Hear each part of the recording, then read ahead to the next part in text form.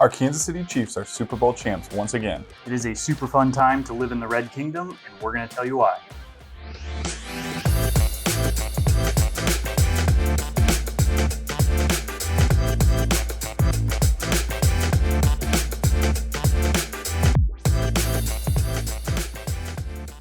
So for the past few decades, the Chiefs have been a pretty mediocre team, barely ever getting around that 500 mark on the season.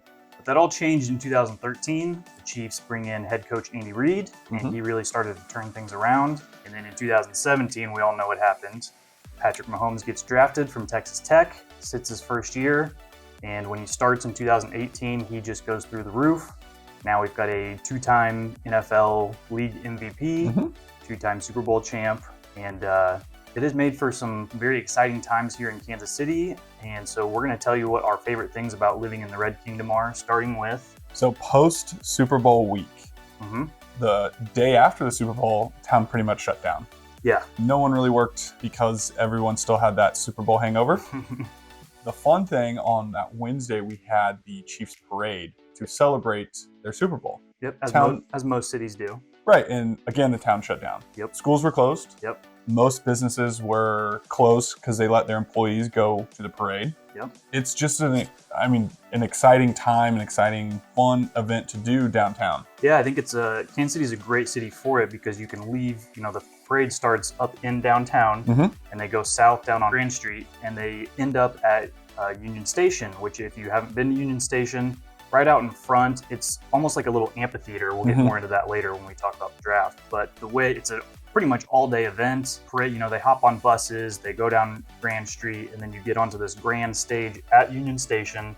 Tons of guest speakers. You get to hear from the Super Bowl champs, and it is quite the event. We've seen a lot of backlash in the media. Yeah. A lot of people aren't happy to see the Chiefs superstars binge drinking. Yeah, the critics are saying that they're not being good role models and setting good examples. I get that. The point that everybody's making is, look, the Chiefs have worked hard all season to get here and they want to celebrate. And I think that's a great point. The point that I would make that nobody's made is, look, every single Sunday, these Chiefs go out there and they play, and we as spectators sit around and we drink, right? Whether you go to the game or you're just having a football watch party at your house, there's probably some alcoholic beverages involved. So why do we get to drink to celebrate them, but then they don't get to celebrate themselves? Listen, if you've got young kids and you think that's not appropriate for them to see them binge drinking, don't watch the parade. Don't take them to the parade. Yeah, if they look up to them as football superstars, just watch the football games. There you go. They're not drinking during games. No, that's right. Well, not that we know of. Yeah, that's right. All right, so this leads us into our second point. All right, so point number 2, if you move to the Red Kingdom, you are going to notice that every Friday, people are decked out in red. We call them Red Fridays. That's right.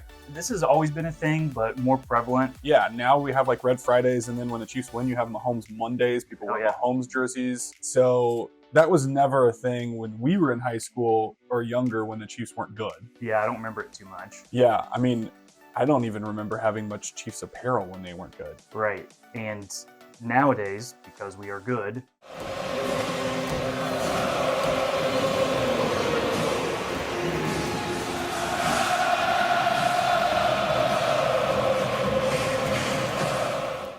you can't go anywhere without seeing red. Red. I remember jerseys. I remember going to the grocery store on Friday, and you can't find somebody that's not wearing Chiefs apparel. So that's super fun. It kind of brings the community together.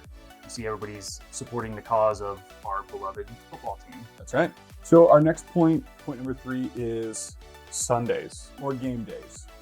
So with being a good team in the NFL, we play a lot more day games or afternoon games and night games on Sunday, primetime games, than we used to. And when we play later in the day, and really any Sunday, it just becomes a massive watch party. It really doesn't matter what time of day. Yeah, it is. Yeah, that's true. Sundays have become a must-see TV spectacle, and you wake up Sunday and you hang out and you are just waiting around for the Chiefs to play. Yeah, not only if you're watching the game at home, but if you go to the Chiefs games, just the nature of where our stadium is and how it's all set up. We're kind of outside the city, and it's got a huge parking lot, so tailgating is a huge event. And I don't care if it's a noon game or a 7:30 game, people will line up with their cars The day before. the day before. I mean, I remember the playoff games you see on the news where people are lining up at 8 o'clock the night before just to be in line so that they can get their tailgate spot, start grilling, start playing yard games and things like that. It is truly an all-day event. So during football season, Sundays are pretty much off limits for anything else. That's true. Also, don't go to the grocery store on Sundays during football season. Yeah. It is a madhouse. Yes. Reason number 4 why living in the Red Kingdom is so much fun is because there's lots of Kansas City attractions, Chiefs attractions. So down at Union Station, we say Union Station a lot because it's a main hub. Yeah, they do a lot of cool things. They have what's called the Chiefs Zone. Basically, inside Union Station, they just deck it out with really cool attractions. They've got photo opportunities with these really cool lighting features. They've got memorabilia from years past and current, like a Mahomes jersey. I think they have a replica of the Lombardi Trophy, so you can go get some really cool pictures. Yeah. Use that on your social media, get a new profile pic. Anyways, on one of the weekends, they had a all-day Chiefs event where you could bring your kids up there, and they had face painting.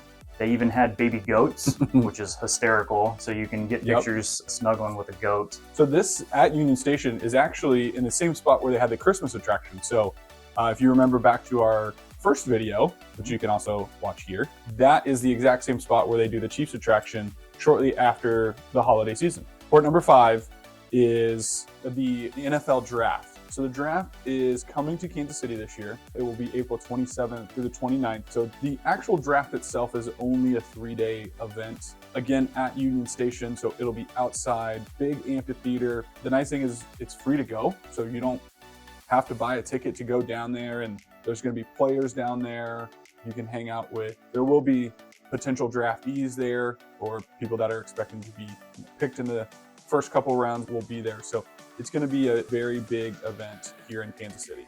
Yeah, and for those of you who don't know much about the draft, not only is it the draft itself, but the days leading up to it, there are fan events. So there's like skills challenges, there's interactive sports activities.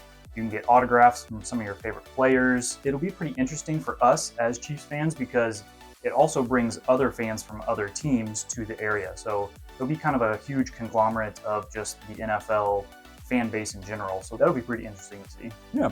So that'll roll us into point number 6. All right, point number 6 of living in Red Kingdom. That's actually where the name comes from. We have a famous rapper called Tech9. He was born and raised here in Kansas City.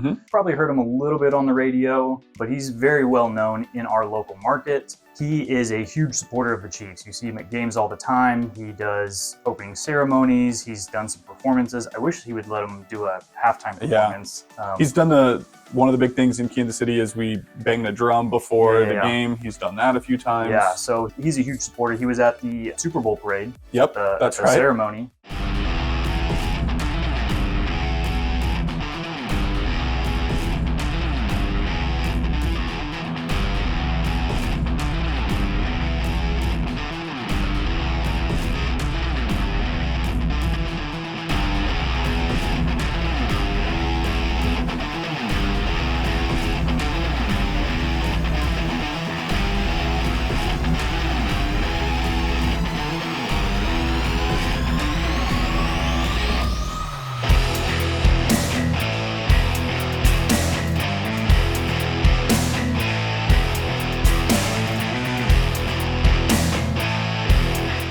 One thing that you will hear often, especially during playoff runs, is his song called Red Kingdom. I think they made that in 2018 or 19 when we were on our first Super Bowl run, and it's a banger. It gets played everywhere. They play it on commercials. They play it on highlight reels.